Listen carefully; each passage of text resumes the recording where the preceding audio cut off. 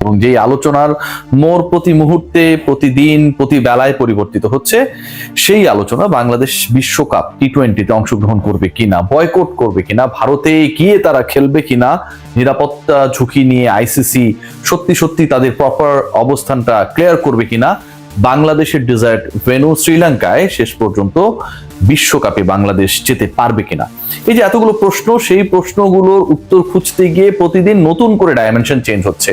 এবং এই মুহূর্তে ট্যাগলাইনে যেটা দেখছেন যে বাংলাদেশের গ্রুপ চেঞ্জ করা নিয়ে একটা স্ট্রং ডিসকাশন চলছে বিটুইন আইসিসি এন্ড বিসিসিআই, এবং এখানটার সাথে এসএলসি শ্রীলঙ্কা ক্রিকেটও জড়িয়ে গেছে। বাংলাদেশের বিশ্বকাপকে কেন্দ্র করে অতি দ্রুত সময়ের মধ্যে একটা সুখবর আসছে, এমনটা আমার সোর্সেস যেগুলো বাংলাদেশ ক্রিকেট বোর্ডের সাথে রিলেভেন্ট তারা বিশ্বাস করে এবং তারা জানতে পেরেছে।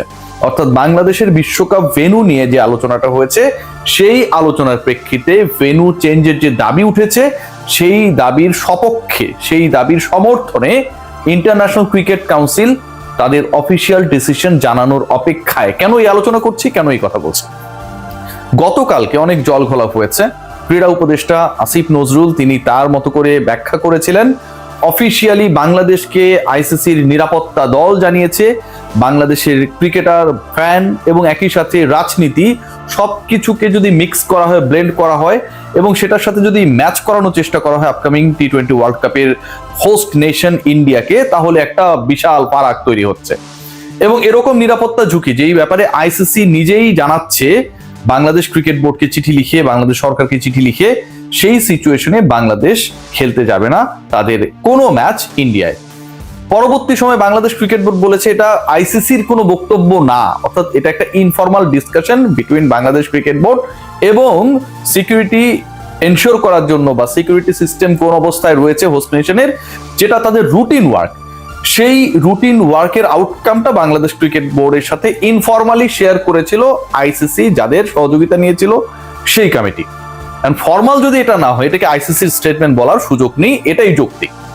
কিন্তু শেষ পর্যন্ত আইসিসি স্টেটমেন্ট এটা না, আইসিসি এটাতে রিয়েক্ট করলো, ভারতীয় মিডিয়া বাংলাদেশকে গুজববাজ বললো। সবকিছুর পরেও বাংলাদেশের বিশ্বকাপ ভেন্যু পরিবর্তন হতে যাচ্ছে এবং সেটা ডেফিনেটলি শ্রীলঙ্কায়। শ্রীলঙ্কায় বাংলাদেশের বিশ্বকাপ ভেন্যু পরিবর্তনের এই মুহূর্তে একটাই সহজ পথ খোলা রয়েছে আইসিসি এবং বিসিসিআই এর কাছে।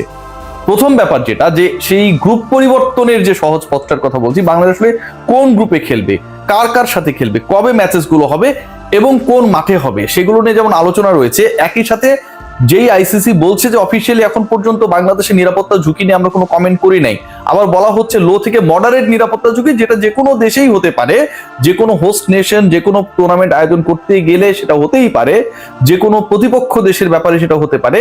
তারপরেও কেন আইসিসি বাংলাদেশের এই দাবিকে সিরিয়াসলি নিচ্ছে? দেখুন, লো হোক আর মডারেট হোক, মুস্তাফিজুর রহমান বাংলাদেশ দলের হয়ে খেলতে নামলে ঝুঁকি হতে পারে, সেটা ছোট ঝুঁকি হোক, সেটা মধ্যমানের ঝুঁকি হোক, উচ্চ ঝুঁকি হোক, যেই ঝুঁকি হোক। আসিফ নজরুলের বক্তব্য ভুলে যান, আপনারা আইসিসির বক্তব্য ভুলে যান। যেই অবজারভেশনটা, আনঅফিসিয়াল অবজারভেশনটা বাংলাদেশ ক্রিকেট বোর্ডের কাছে পাঠানো হয়েছে, মুস্তাফিজ খেললে ঝুঁকি হতে পারে, এইটাকে কি আপনি সিরিয়াসলি নেবেন কি নেবেন না? অবশ্যই নেবেন। বাংলাদেশের ফ্যানরা জার্সি পরে যদি মাঠে যায় অথবা মাঠের আশপাশে ঘোরাঘুরি করে, যাদেরকে দেখে আলটিমেটলি আইডেন্টিফাই করা খুব easier that they are the fans of a particular country, সেই জায়গাটায় সেই ফ্যান্সদেরকে কেন্দ্র করে ঝুঁকি হতে পারে, এই বক্তব্য বা এরকম কোনো ইনপুট ওই ইনফর্মাল ডিসকাশনে হয়েছে কিনা লজিক্যালি আমরা চিন্তা করি, হয়েছে, যত কমই হোক না কেন হয়েছে, তো হয়েছে, ঝুঁকি আছে।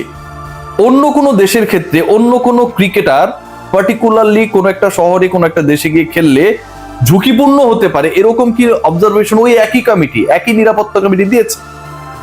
ওই আইসিসির একই নিরাপত্তা কমিটি কি অন্য কোনো দেশের ফ্যান্সদেরকে নিয়ে এরকম কোন অবজারভেশন দিয়েছে যে তারা তাদের দলের জার্সি পরে, ধরেন খেলার মাঠের বাইরেও তো অনেকে ঘুরে, খেতে যায়, রেস্টুরেন্টে যায়, বিভিন্ন সুদর্শন জায়গা দর্শন করার জন্য যায়, সেই সব জায়গায় যদি সেই ফ্যান্সরা যায় তাদের দেশের তাদের দলের জার্সি পরে, তাদের জন্য সেটা ঝুঁকিপূর্ণ হতে পারে, এরকম কি কোনো অবজারভেশন ওই নিরাপত্তা কমিটি বা দল বা ইনফর্মাল ডিসকাশন, মেইল, যেটাই হোক না কেন এসেছে কোনো দলের ব্যাপারে? বাকি 19টা দলের ক্ষেত্রে আসে নাই, বাংলাদেশের ক্ষেত্রে এসেছে।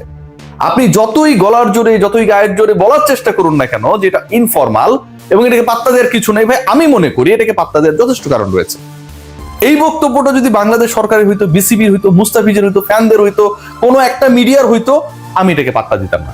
কিন্তু আইসিসির গঠন করা কমিটি, সে লো বলুক আর মডারেট বলুক, এই ঝুঁকির কথা তো বলছে, এবং যেই ঝুঁকিটা কমন ঝুঁকি না, কমন ঝুঁকি না বলতে অন্য কোনো দেশের কথার কথা, মিচেল স্টার্ক খেলবে এটার জন্য ঝামেলা হইতে পারে অস্ট্রেলিয়া টিমে, মিচেল স্টার্কের উপস্থিতি লো পর্যায়ের একটা রিস্ক ফ্যাক্টর হিসেবে কাজ করতে পারে, এরকম কি কোথাও আছে? নেই রে ভাই। নিউজিল্যান্ডের সাপোর্টাররা তাদের জার্সি পরে ধরেন মাঠে খেলা দেখতে গেছে, তারা হচ্ছে রেস্টুরেন্টে খেতে গেছে, বারে বিয়ার পান করতে গেছে, হ্যাঁ, যেহেতু ওইসব দেশে এটা চলে, সেটার জন্য ঝামেলা হতে পারে। সেই ঝামেলা 1% হোক না কেন, এরকম কি কোনো ডিসকাশন রয়েছে? নেই, বাংলাদেশের ক্ষেত্রে রয়েছে। তার মানে এটা দাঁড়ায় যে যেই ঝুঁকির কথা আমরা বলছি, যেই ঝুঁকির কথা আলোচনা হচ্ছে, যেই ঝুঁকি নিয়ে ভেন্যু চেঞ্জের কথা বলা হচ্ছে, দেশ চেঞ্জের কথা বলা হচ্ছে, সেইটা ভ্যালিড। যে কারণেই ICC is going to take a decision, এবং বাংলাদেশ ক্রিকেট বোর্ডের সাথে সেই ডিসকাশন নিয়ে ইনফরমাল ডিসকাশন চলছে বলে আমি মনে করি, আমি জানি, এবং সেই ডিসিশনে হোপফুলি বাংলাদেশের পুরো ওয়ার্ল্ড কাপের গ্রুপটাই চেঞ্জ হয়ে যাচ্ছে। লেটস সি যে গ্রুপটা রয়েছে এখন পর্যন্ত, যে গ্রুপগুলো রয়েছে এবারের বিশ্বকাপে, আপনারা জানেন যে 20 দল অংশগ্রহণ করবে, one of the largest tournament, মানে according to the number of team who are going to be the participant of this world cup. 20টা দল রয়েছে, গ্রুপ রয়েছে 4টা। এই গ্রুপে রয়েছে India, Pakistan, USA, Netherlands and Namibia.